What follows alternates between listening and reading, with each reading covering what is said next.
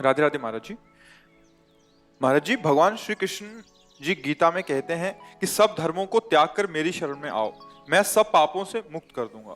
महाराज जी, यहाँ सब धर्मों को त्यागने का क्या अर्थ है? जैसे हम किसी के पति हो सकते हैं, किसी के पुत्र हो सकते हैं, किसी के भाई हो सकते हैं, किसी के मित्र हो सकते हैं, लोक में हमारा कोई पद हो सकता है, व्यवहार में हमारा कोई स्थान हो सकता है।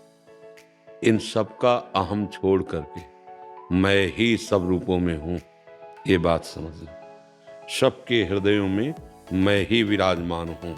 मेरे को ही देख करके व्यवहार कर, मेरे को देख करके ही समस्त बर्ताव कर, तो वो हो जाएगा मन मना भो मद भक्तो माद्याजी माम नमस्कुरु।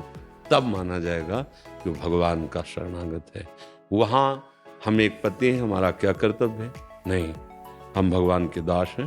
पत्नी रूप में भगवान आए, मेरा क्या कर्तव्य है? पुत्र रूप में भगवान आए हैं, पद रूप में मुझे भगवान ने समाज की सेवा दी है, पिता रूप में मेरे भगवान हैं। यहाँ ये भाव देखना है, समझ रहे ना?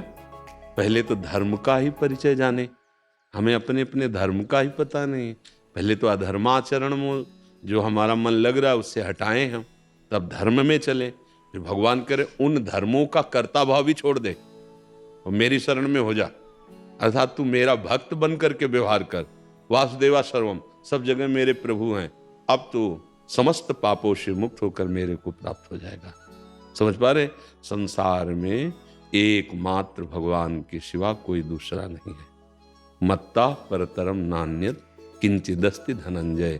हे धनंजय, किंचन मात्र कोई भी वस्तु, व्यक्ति, स्थान मेरे से खाली नहीं है, मैं ही बना हुआ हूं। अब ये बात जान गए तो सर्वधर्मान परित्यज्य मामेकम शरणम व्रज। कैसे? ये जो सर्वधर्मान है ना, भाई का क्या धर्म है? भाई के प्रति। पति का क्या धर्म है? पत्नी के प्रति। पत्नी का क्या धर्म है? पति के प्रति। पुत्र का क्या धर्म है? पिता के प्रति। ये सब व्यवहार है ना, इन सब धर्मों को मेरे चरणों में पूर्ण कर दो।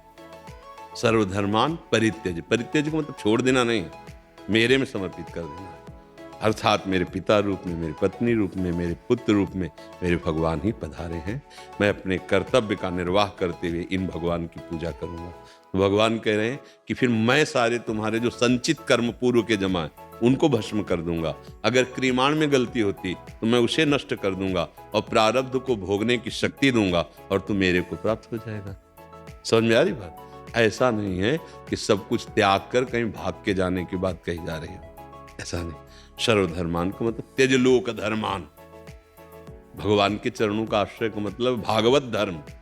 सब में अपने प्रभु को देखना, सारे कर्म प्रभु के लिए करना, हर समय प्रभु का स्मरण करना, इसी का नाम भागवत धर्म है।